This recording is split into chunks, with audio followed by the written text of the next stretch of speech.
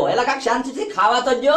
પણ ખાઈ ગયો પછી હવે વાડિયા હાલો ભોળા દાદા બે ભાન થઈ ગયા હે હા તો આવવું પડશે હાલ હાલ હાલ હાલ.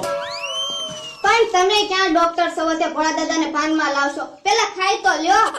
આ ઓલોય બકુલભાઈ ને બોલાવા ગયો નેન ને રહ્યો હબ આવે તો હારું હાલો હબ હાલો લ્યા ભાનમાં આવી ગયા ના ના હજી કાંઈ ભાનમાં નથી આવ્યા હું થઈ ગયો પણ યા મમરાભાઈ કે ઘણ વાગ્યો એમ હું કાંઈ નથી કહેતો મારું નામ ન દેતો એક તો ત્યાં ઘણ માર્યો ને પણ ક્યાં ઘણ વાગ્યો પગે ઘણ વાગ્યો થો હવે પગે ઘણ વાગે એમાં કઈ બે ભાન થોડા થઈ જાય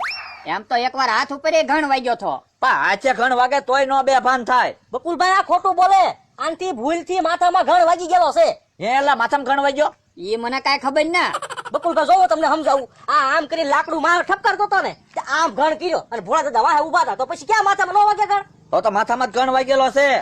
ઉભો રે હેમરેજ નથી થઈ ગયું ને જોવું પડશે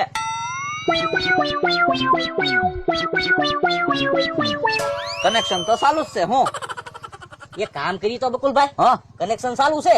જે જગ્યાએ માથામાં ઘણ વાગ્યો ને ફરીને આપણે ઘણ મારવી તો અરે ના રે ના તો એ ટળી જાય ઉભા રહ્યો એવું કાક નહીં સારું વિચારવા જો મોઢા ઉપર પાણી સાંટ્યું તું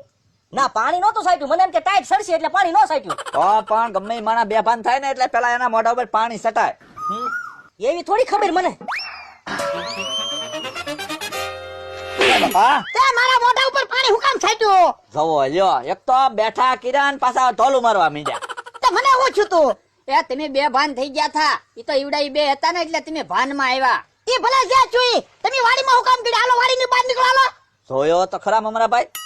એક તો માઇન્ડ હારા કરીને આપણને વાડીમાં જ બહાર કાઢવા મીડ્યા એ ભલે મને જ્યાં જોઈ તમે વાડીની બહાર જ નીકળો હાલો એટલે તને ના પડી તોય ત્યાં વાડીમાં ગળવા દીધા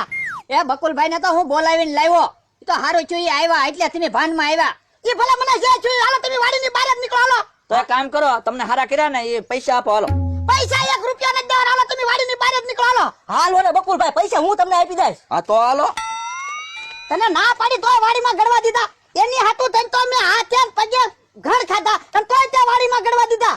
પણ બકુલભાઈ ને હું બોલાવા ગયો તો મેં કીધું ભોળા દાદા બે ભાન થઈ ગયા હાલો હારું જોઈએ આવ્યા એટલે તમે ભાનમાં આવ્યા હું બે બંધ થઈ ગયો તો એ હા નબળા આવી ગઈ તમને નબળા આવી ગઈ ઈ તારું હાચું તો જા ગામમાંથી 1 કિલો સફરજન લઈ આ સફરજન બેટા બેટા ખાવી લાવો પૈસા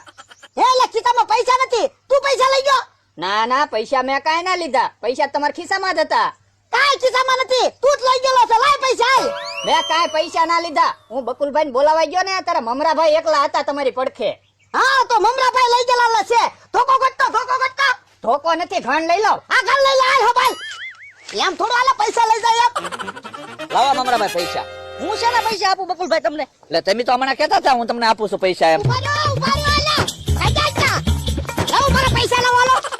બકુલભાઈ આપી દો પૈસા એટલે શાના પૈસા હું આપું બકુલભાઈ ને મમરાભાઈ તમે પૈસા આપી ગયો તમે લીધા ત્યાં મને પૈસા લેતા ભાડ્યો તો ખોટે ખોટું મારું નામ કામ દે એ હું બકુલભાઈ ના બોલાવા ગયો ને ત્યારે તમે એકલા હતા ભોળા દાદા હારે તો હું વાડી આવ્યો ઈ પેલા ભોળા દાદા તું એકલો હતો ત્યાં લીધા હોય તો મેં કાંઈ પૈસા ના લીધા પૈસા તમે જ લીધેલા છે તમે ધડ કરો માં મારા પૈસા લાવો હાલો નથી લીધા પૈસા ક્યાંથી હું તમને પૈસા આપું ભોળા દાદા ખિસ્સા જોઈ જવો હમણાં ખબર પડી જાહે ખિસ્સા જોવા જો મમરા હાલો હા તો તમ તાર જોઈ લો ને ખિસ્સા મારા ખિસ્સામાં 5000 રૂપિયા છે વધારે નીકળે તમારા બીજું હું જોયું તમારા ખિસ્સામાં 5000 રૂપિયા જ હતા આ ઈ જ છે મમરા લાવો પૈસા હાલો મારા ના રે ના પૈસા નથી મમરાભાઈ પૈસા આપી ગયો નકર હમણાં એક ઘણ મારીશ ને તો પૈસા દેવાય નહીં રહ્યો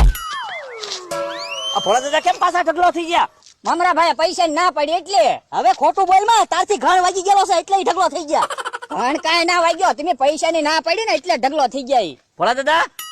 એટલે ઘણ વાગ્યો પૈસા ના પડે એટલે બેભાન થઈ ગયા પૈસા ની ના પડી એટલે હવે ખોટું બોલ માં તારથી ઘણ વાગી ગયો મમરાભાઈ એક કામ કરો તો પૈસા આપો 5000 એના ખિસ્સામાં નાખી ભાનમાં આવે તો ના રે ના બકુલભાઈ મારા 5000 રૂપિયા છે હું થોડો આપું અરે પણ પછી ભાનમાં આવશે એટલે હું પાછા અપાઈ દઈશ લાવો તો ખરા હા લ્યો બીજું હું હા જોઈ તો ખરા પૈસા નો દુખાવો છે ઘણ નો દુખાવો ભાગી લે ભાગ એ ભાઈ